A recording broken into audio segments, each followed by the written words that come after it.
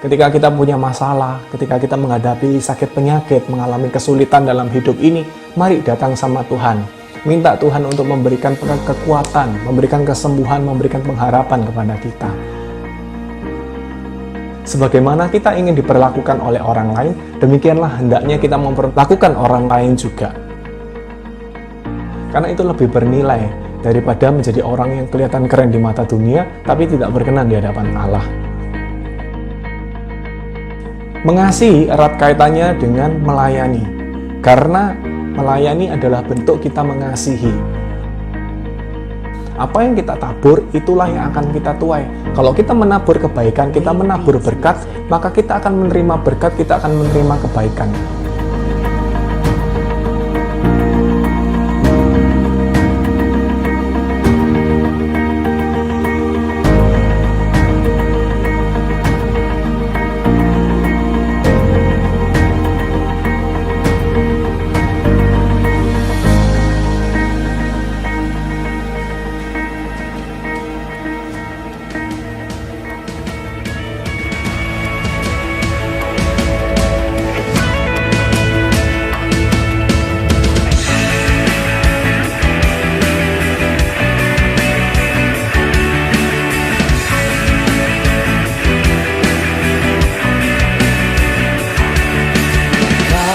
Kasih-Mu bebaskanku, tangan-Mu menopangku, dalam-Mu ku bermegah, Kau Tuhan kekuatanku. Ku sorakkan kemenangan, ku angkat penghiraman-Mu, sebab Engkaulah pertolonganku. Kau angkatlah bebaskanku, sekarang ku menjadi baru, hanya Kaulah sumber kemenangan. Oh, oh, oh, Kau Tuhan.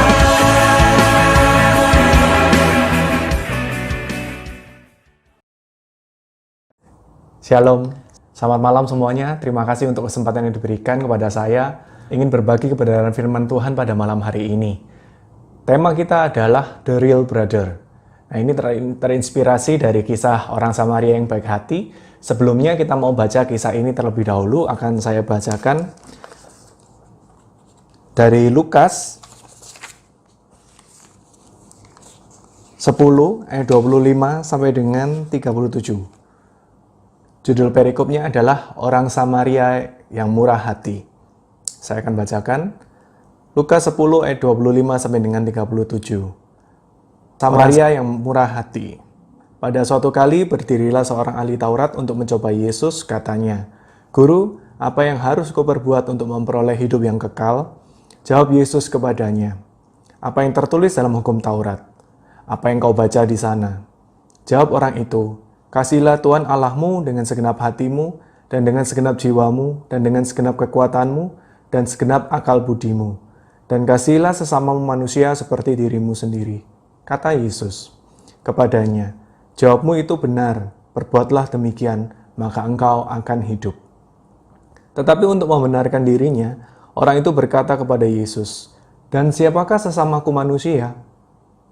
Jawab Yesus, "Adalah seorang yang turun dari Yerusalem ke Yeriko.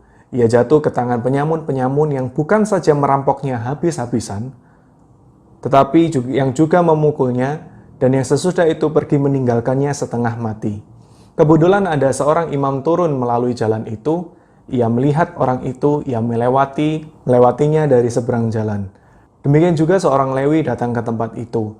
Ketika ia melihat orang itu, ia melewatinya dari seberang jalan.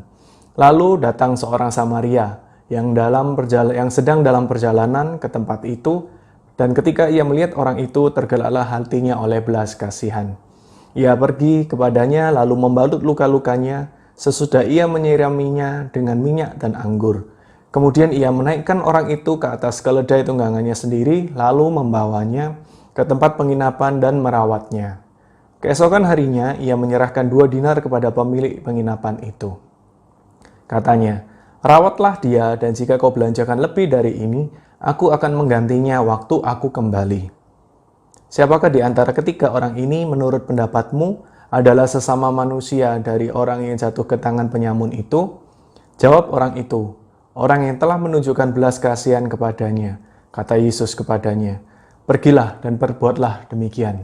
Demikianlah sabda Tuhan. Apa yang barusan kita baca mencerminkan the real brother, orang yang memiliki belas kasihan dan memberikan belas kasihan tersebut kepada orang yang dilihatnya, yaitu terutama dalam kasus ini orang yang habis dirampok, habis dicuri, dia menunjukkan belas kasihan. Ketika mendengar kata the real brother dan cerita dari kisah Samaria ini, izinkan saya untuk menceritakan bagaimana kisah saya.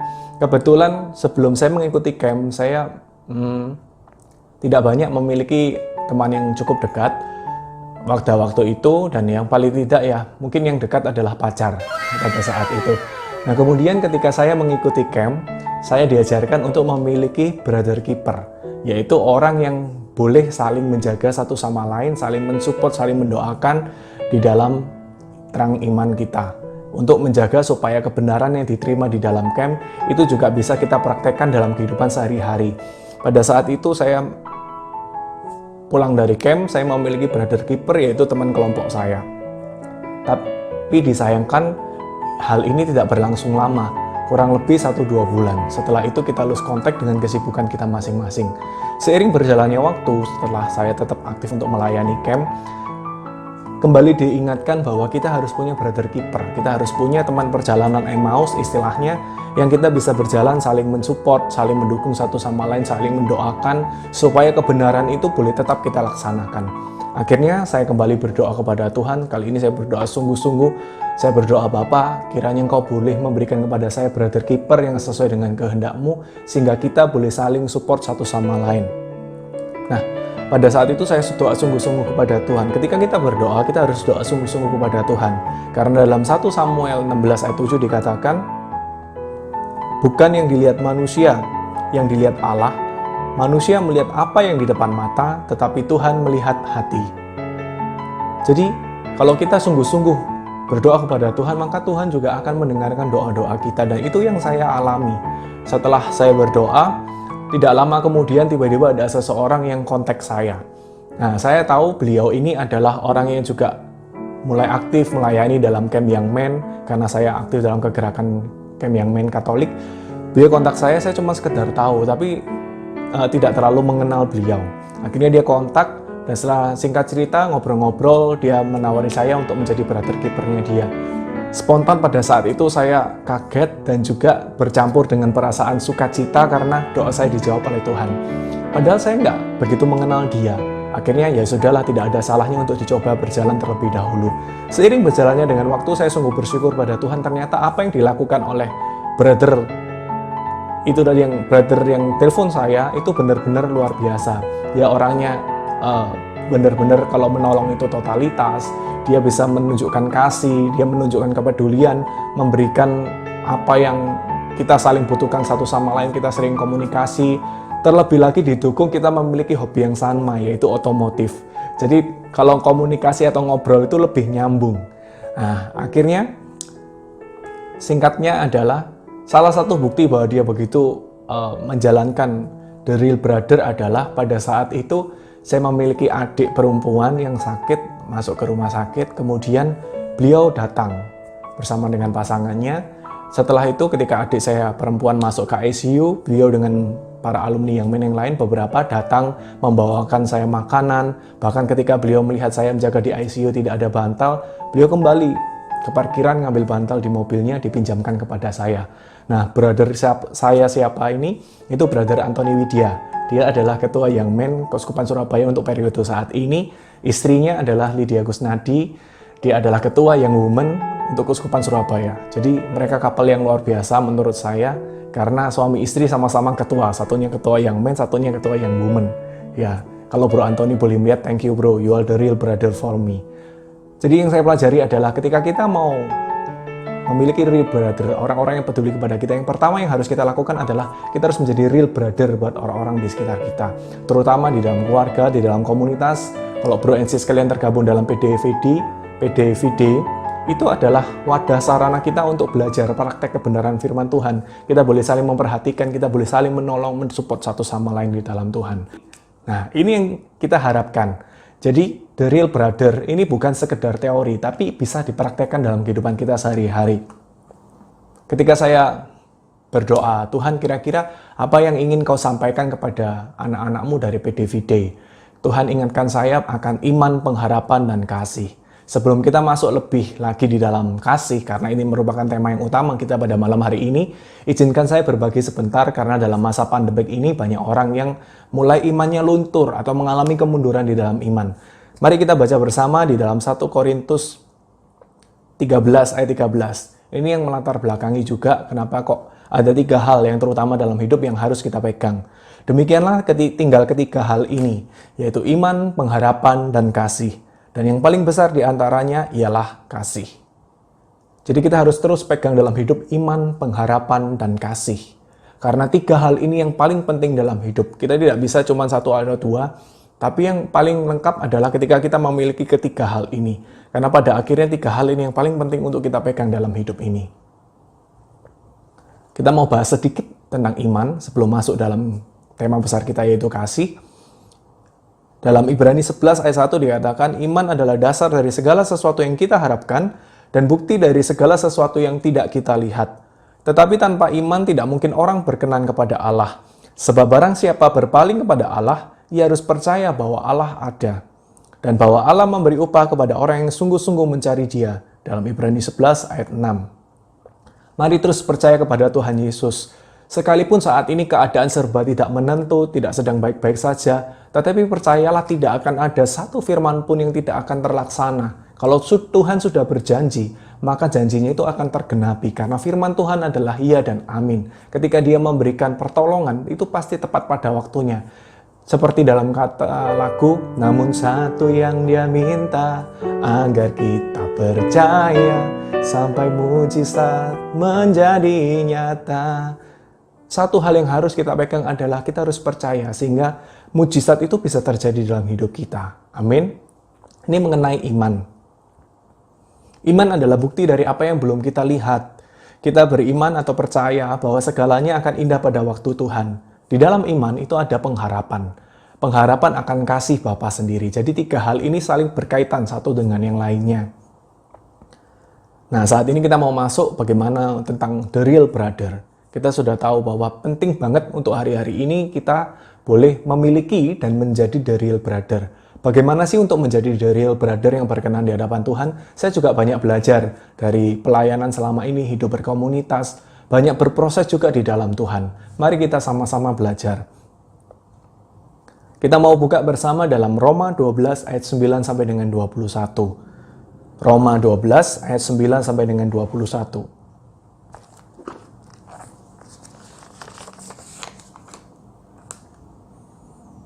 Roma 12 ayat 9 sampai 21. Saya akan baca terlebih dahulu. Judul perikopnya adalah nasihat untuk hidup dalam kasih. Ayat 9. Hendaklah kasih itu jangan pura-pura. Jauhilah yang jahat dan lakukanlah yang baik. Hendaklah kamu saling mengasihi sebagai saudara dan saling mendahului dalam memberi hormat. Janganlah hendaknya kerajinanmu kendor. Biarlah rohmu menyala-nyala dan layanilah Tuhan. Bersukacitalah dalam pengharapan. Sabarlah dalam kesesakan dan bertekunlah dalam doa. Bantulah dalam kekurangan orang-orang kudus dan usahakanlah dirimu untuk selalu memberikan tumpangan. Berkatilah siapa yang menganiaya kamu dan berkatilah dan jangan mengutuk. Bersukacitalah dengan orang yang bersukacita dan menangislah dengan orang yang menangis. Hendaklah kamu sehati sepikir dalam hidupmu bersama. Janganlah kamu memikirkan perkara-perkara yang tinggi, tetapi arahkanlah dirimu kepada perkara-perkara yang sederhana. Janganlah menganggap dirimu pandai. Janganlah membalas kejahatan dengan kejahatan. Lakukanlah apa yang baik bagi semua orang.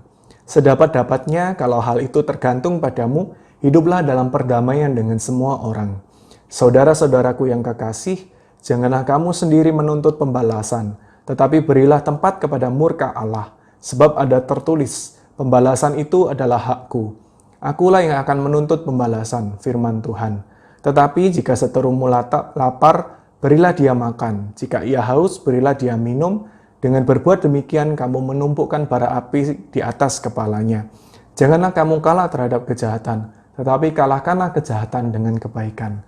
Demikian firman Tuhan, syukur pada Allah. Kita akan bahas ayat per ayat mengenai nasihat untuk hidup dalam kasih. Terutama kita mau lihat terlebih dahulu dari Roma 12 ayat 9. Dikatakan, hendaklah kasih itu jangan pura-pura, jauhilah yang jahat dan lakukanlah yang baik. Kasih yang kita lakukan kepada sesama manusia ini harus disertai dengan rasa tulus ikhlas. Karena orang bisa melihat kita tulus atau ikhlas atau tidak. Nah, yang dikehendaki oleh Bapa adalah kita mengasihi sungguh-sungguh, bukan hanya sekedar istilahnya bahasa anak muda zaman sekarang adalah fake atau palsu.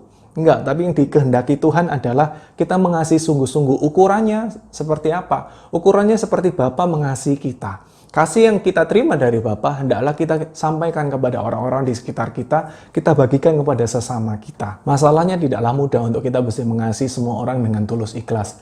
Kita perlu belajar hari demi hari, hari lepas hari, maka Bapa akan memampukan kita. Seperti kita proses belajar dari SD, SMP, SMA, itu semuanya adalah ada proses, ada tahapannya. Ketika kita mau belajar untuk mengasihi dengan sungguh, maka Bapa akan memberikan kepada kita bantuan-bantuan, kekuatannya, sehingga hari lepas hari kita boleh dimampukan untuk semakin mengasihi sesama kita. Ilustrasinya adalah sederhana. Sebagaimana kita ingin diperlakukan oleh orang lain, demikianlah hendaknya kita memperlakukan orang lain juga.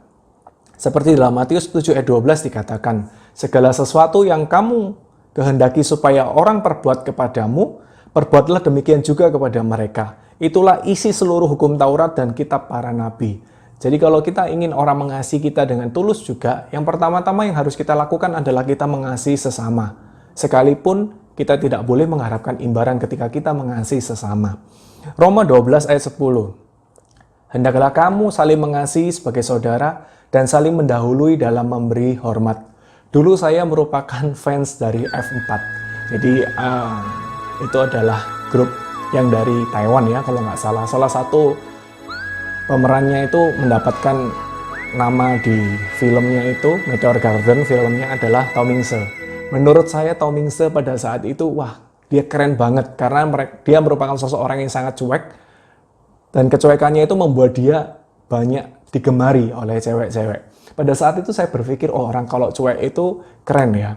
Akhirnya setelah lama-lama saya berpikir, kok menyebalkan ya jadi orang yang cuek itu ya. Dan itu juga bukan dikehendaki oleh Bapa. Yang dikehendaki Bapa adalah kita menjadi orang yang care. Menjadi orang yang peduli kepada sesama. Karena itu lebih bernilai daripada menjadi orang yang kelihatan keren di mata dunia, tapi tidak berkenan di hadapan Allah. Nah, kasih yang Tuhan kehendaki adalah kasih walaupun, bukan kasih asalkan. Jadi kalau kita ketika mengasihi seseorang, sekalipun orang tersebut tidak membalas sesuai dengan keinginan kita hendaknya tetap saling mengasihi. Mengasihi walaupun adalah saya tetap mengasihi walaupun orang itu tidak mengasihi saya. Saya tetap memberi walaupun orang itu tidak menghargai. Jadi mengasihi walaupun, bukan mengasihi asalkan. Saya mau mengasihi asalkan orang itu baik kepada saya. Nah ini bukan bentuk kasih yang Bapak harapkan. Yang Bapak harapkan untuk bro and sis kalian dan saya lakukan adalah kita boleh mengasihi sesama kita dengan kasih walaupun. Memang tidak mudah, tapi bersama dengan Bapa kita menerima rahmat-Nya, meminta pertolongan dan kekuatan daripadanya, maka kita akan dimampukan untuk mengasihi sesama kita. Amin. Roma 12 ayat 11. Janganlah hendaknya kerajinanmu kendor, biarlah rohmu menyala-nyala dan layanilah Tuhan. Mengasihi erat kaitannya dengan melayani. Karena melayani adalah bentuk kita mengasihi. Adalah mungkin kita melayani tanpa mengasihi, tetapi tidak mungkin rasa-rasanya ketika kita mengasihi seseorang tapi kita tidak melayani orang tersebut. Salah satu bentuk kasih yang diterapkan dalam bentuk nyata adalah melayani. Hendaknya kita juga melayani sesama kita, terutama orang-orang di sekitar kita, keluarga kita, teman dalam komunitas, teman dalam gereja. Hendaknya kita lebih mengasihi mereka, karena mereka yang kita kenal, mereka yang bersinggungan atau bertemu langsung dengan kita. Hendaknya kita perlu belajar untuk mengasihi orang-orang di sekitar kita. Contoh yang paling sederhana sebenarnya sudah dipraktekkan adalah ibu-ibu yang di dalam rumah tangga membantu mempersiapkan segala prasarana, perlengkapan, kesiapan untuk makan, untuk menjaga keberlangsungan sebuah keluarga. Itu adalah bentuk kasih seorang ibu kepada keluarganya.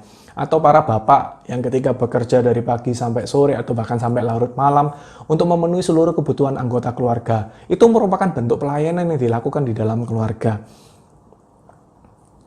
Hendaknya kita terus melakukan pelayanan yang boleh berkenan kepada Tuhan. Dasar pelayanan yang kita lakukan dalam keseharian hidup kita adalah kasih. Roma 12 ayat 12. Bersukacitalah dalam pengharapan, sabarlah dalam kesesakan, dan bertekunlah dalam doa. Kita bersukacita karena pengharapan kita nyata di dalam Tuhan kita Yesus Kristus. Di dalam Tuhan, di dalam iman yang kita miliki, terkandung harapan. Karena hanya Tuhan jaminan hidup kita. Orang yang tidak memiliki harapan itu seperti zombie, mayat hidup.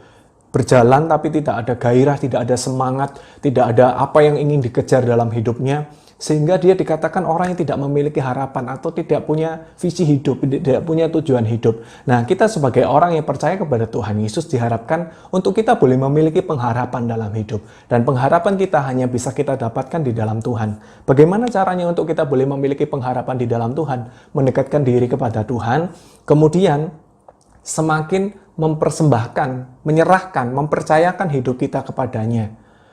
Ketika kita punya masalah, ketika kita menghadapi sakit penyakit, mengalami kesulitan dalam hidup ini, mari datang sama Tuhan. Minta Tuhan untuk memberikan kekuatan, memberikan kesembuhan, memberikan pengharapan kepada kita. Kenapa kok Tuhan ingin supaya bro and sis kalian dan juga saya itu boleh memiliki pengharapan hanya di dalam Tuhan? Karena segala sesuatu di luar Tuhan itu sifatnya sementara. Hanya Tuhan saja yang sifatnya abadi. Karena Tuhan tahu segala sesuatu di luar Tuhan itu sifatnya sementara, maka Tuhan nggak kepingin bro and sis kalian dan juga saya mengalami kekecewaan ketika kita kehilangan seseorang atau sesuatu yang kita harapkan selama ini. Hanya satu-satunya pengharapan yang pasti di dalam Tuhan. Banyak sekali orang mengalami, dia mengharapkan seseorang boleh menjadi pasangannya. Dia mengharapkan anaknya boleh menjadi sukses, boleh berprestasi. Ternyata tidak terwujud. Akhirnya dia mengalami kekecewaan dan akhirnya kehilangan harapan. Boleh kita berharap akan sesuatu, boleh berharap akan orang lain. Tapi pengharapan kepada sesuatu atau orang lain tersebut tidak boleh melebihi pengharapan kita kepada Tuhan. Hanya Tuhan satu-satunya pengharapan dalam hidup kita. Di dalam Mazmur 130 ayat 7 dikatakan, berharaplah kepada Tuhan, hai Israel. Sebab pada Tuhan ada kasih setia, dan ia banyak kali mengadakan pembebasan. Dan juga di dalam Matius 28 ayat 20b, ini adalah satu-satunya pengharapan kita juga yang boleh kita pegang. Dan ketahuilah, aku menyertai engkau senantiasa sampai pada akhir zaman. Jadi mari terus pegang Tuhan. Kita boleh menaruhkan harapan hidup kita kepada Tuhan. Dan ketika kita mengharapkan akan Tuhan sebagai satu-satunya pengharapan dalam hidup kita, jangan lupa bahwa tetap ada bagian yang harus kita lakukan. Tetap ada upaya yang perlu kita lakukan sehingga rencana Tuhan boleh terwujud dalam hidup kita. Tindakan iman, harapan, dan kasih tidak bisa dipisahkan atau tidak bisa didapatkan tanpa doa. Karena di dalam doa itu ada iman. Dan di dalam doa juga kita boleh berpengharapan dari apa yang kita doakan. Dan doa juga merupakan ungkapan kasih kita kepada Tuhan yang nanti kita wujud nyatakan kepada sesama. Jadi doa merupakan bentuk kasih kepada Tuhan bukan karena kita terlebih dahulu mengasihi Tuhan dan karena kita baik maka kita mengasihi Tuhan. No, tapi karena Tuhan terlebih dahulu mengasihi kita. Oleh karena itu kita membalas kasih Tuhan dengan melakukan perintahnya dan menjauhi semua larangannya. Roma 12 ayat 13. Bantulah dalam kekurangan orang-orang kudus dan usahakanlah dirimu untuk selalu memberikan tumpangan. Ini merupakan berbicara tentang bagaimana kita berbuat kasih kepada sesama. Sebisa mungkin kepada orang-orang kita temui, orang-orang di sekitar kita, kita berbagi kasih kepada mereka. Kalau kita sanggup untuk membantu mereka diusahakan, sebisa mungkin kita boleh membantu mereka, karena bentuk bantuan yang kita lakukan kepada mereka merupakan perintah Tuhan, merupakan apa yang Tuhan inginkan supaya bro and sis dan saya lakukan. Roma 12 ayat 14. Berkatilah siapa yang menganiaya kamu, berkatilah dan jangan mengutuk. Apa yang dapat kita lakukan untuk memberkati orang-orang yang mungkin menyakiti kita, mengecewakan kita, dengan cara mendoakan mereka. Sekalipun mereka melakukan berulang-ulang menyakiti kita, tapi yang Tuhan mau adalah bukan kita mengutuki mereka, tapi justru kita memberkati mereka. Karena orang yang melukai kita pada dasarnya adalah orang yang terluka. Orang bisa melakukan kekerasan karena dia pernah mengalami kekerasan. Orang bisa melecehkan karena dia mungkin pernah dilecehkan. Orang bisa memukul karena mungkin dia pernah dipukul. Nah, Tuhan ingin memutuskan mata rantai ini dengan dimulai dari diri kita sendiri ketika kita praktek kasih. Bagaimana cara praktek kasih kita? Itu kita doakan mereka di dalam hati, dalam doa pribadi kita tetap kasihi mereka. Cara mengasihi yang paling sederhana adalah ketika ada orang yang menyakiti kita, atau mengecewakan kita, atau mungkin memfitnah kita, atau melukai hati kita, yang dapat kita lakukan adalah segera mengampuni mereka. Kalau kita merasa nggak sanggup karena dia seringkali atau sangat menyakiti kita, maka kita datang sama Tuhan, minta kekuatan dari Tuhan supaya dimampukan dan kita ambil keputusan untuk mengampuni mereka. Karena ketika kita mengampuni mereka, ini bukan untuk kepentingan mereka, tapi supaya diri kita dibebaskan dari belenggu sakit hati, dan supaya kita bisa mengalami kedamaian dalam hati kita mengalami kelegaan. Dan selain itu juga ketika kita berbuat salah kepada orang lain, kita menyakiti orang lain, melukai orang lain, sesegera mungkin, secepat mungkin kita datang kepada orang tersebut, kita minta ampun sama orang itu, minta maaf sama orang tersebut. Sehingga orang lain tidak ada kesempatan untuk mengutuki kita. Nah, juga ketika kita pernah mengutuki orang lain, datang kepada Tuhan, minta ampun, dan minta supaya kutuk tersebut diambil daripada orang yang kita kutuki. Karena apa? Kutuk yang kita berikan kepada orang lain, itu akan kembali kepada kita. Ada yang dikatakan demikian. Apa yang kita tabur, itulah yang akan kita tuai. Kalau kita menabur kebaikan, kita menabur berkat, maka kita akan menerima berkat, kita akan menerima kebaikan. Amin. Tetapi kalau kita menabur namanya kutukan, maka kita sendiri akan menuai kutukan. Dikatakan siapa yang menabur angin, dia akan menerima badai untuk sesuatu hal yang buruk. Jadi mari kita berhenti mengutuki orang lain, kita minta ampun sama Tuhan, minta supaya kutuk itu diambil daripadanya, dan ketika ada orang yang menyakiti kita, segera kita ampuni mereka, dan kita doakan supaya Tuhan juga boleh menjamah mereka dengan kasih-Nya Tuhan sendiri. Amin. Roma 12 ayat 15. Bersukacitalah dengan orang yang bersukacita, dan menangislah dengan orang yang menangis. Bapa mau supaya Bro and Sis dan saya memiliki empati terhadap sesama. Sebisa mungkin ketika ada orang sedang berduka, kita memberikan penghiburan. Ketika ada orang yang bersukacita, kita juga ikut bersukacita kepada mereka. Sekalipun kita juga punya masalah. Karena rasa empati yang kita berikan kepada orang lain merupakan bentuk kasih yang kita bisa berikan sebagai sesama manusia. Seperti yang tadi saya katakan, perlakukanlah orang lain sebagaimana kita mau diperlakukan. Seandainya kita mengalami duka cita, apa yang kita inginkan supaya orang lain lakukan kepada kita. Ketika kita bersuka cita, apa yang kita ingin lakukan supaya orang lain juga boleh mengalami sukacita kita. Tentunya membagikan hal tersebut kepada orang lain, bukan? Inilah yang Tuhan kehendaki. Roma 12 ayat 16, hendaklah kamu sehati sepikir dalam hidupmu bersama. Ini merupakan pedoman hidup kita di dalam keluarga dan berkomunitas, supaya kita boleh memiliki kesehatian, satu pikir, untuk memiliki tujuan, menuju kepada tujuan kita bersama. Kita perlu ngobrol, jalin komunikasi satu sama lain, menghargai perbedaan pendapat, dengan tujuan untuk sampai tujuan yang mau dicapai di mana, digunakan komunikasi yang baik. Janganlah kamu memikirkan perkara-perkara yang tinggi, tetapi arahkanlah dirimu kepada perkara-perkara yang sederhana. Janganlah menganggap dirimu pandai. Dikehendaki supaya kita memiliki rendah hati, seperti padi semakin berisi, semakin menunduk. Roma 12 ayat 17. Ini saya akan langsung lanjutkan sampai dengan Roma 12 ayat 19. Janganlah membalas kejahatan dengan kejahatan. Lakukanlah apa yang baik bagi semua orang. Ini adalah perintah Tuhan. Roma 12 ayat 18. Sedapat-dapatnya kalau hal itu bergantung padamu, hiduplah dalam perdamaian dengan semua orang. Roma 12 ayat 19. Saudara-saudaraku yang kekasih, janganlah kamu sendiri menuntut pembalasan, tetapi berilah tempat kepada murka Allah, sebab ada tertulis, pembalasan adalah hakku. Akulah yang akan menuntut pembalasan, firman Tuhan. Jadi Allah menghendaki kita untuk hidup tidak saling membalas kejahatan, tapi justru mematikan api amarah. Dengan cara apa? Ketika ada orang yang berbuat jahat kepada kita, kita balas orang tersebut dengan kebaikan. Kita berikan supaya tidak terus-menerus terjadi kekacauan di sekitar kita, tapi ketika hal itu datang kepada kita, kita boleh membagikan kasih buat orang lain. Karena itu yang dikehendaki Bapa sendiri. Bayangkan ketika kita sudah menyakiti seseorang dan orang itu malah berbuat baik kepada kita dengan tulus, ikhlas, apa yang kita rasakan, kita pasti terheran-heran. Nah, hal yang sama yang Tuhan inginkan untuk Bro and Sis dan saya lakukan adalah ketika ada orang yang berbuat jahat kepada kita, kita terus mengasihi orang tersebut, mendoakan yang terbaik, dan percayalah suatu saat Tuhan boleh diizinkan untuk mengetuk hatinya. Roma 12 ayat 20. Dan saya akan lanjutkan dengan Roma 12 ayat 21. Tetapi jika seterumu lapar, berilah dia makan. Jika ia haus, berilah dia minum. Dengan berbuat demikian, kamu menumpukan bara api di atas kepalanya.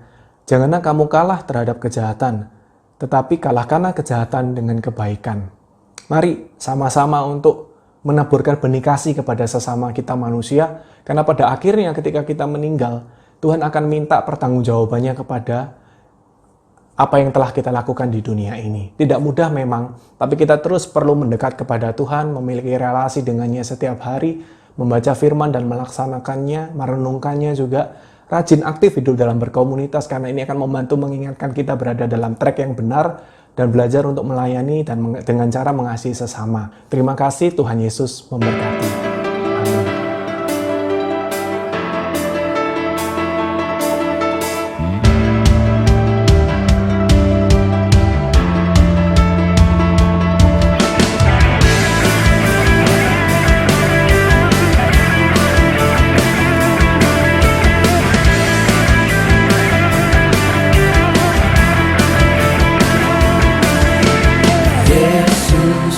Izinkan ku berseru, bermazmur bagi nama-Mu dalam setiap langkahku.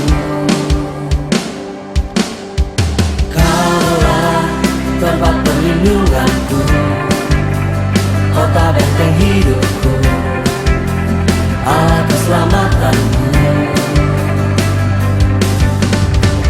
Kau yang telah bebaskanku dari semua musuhku.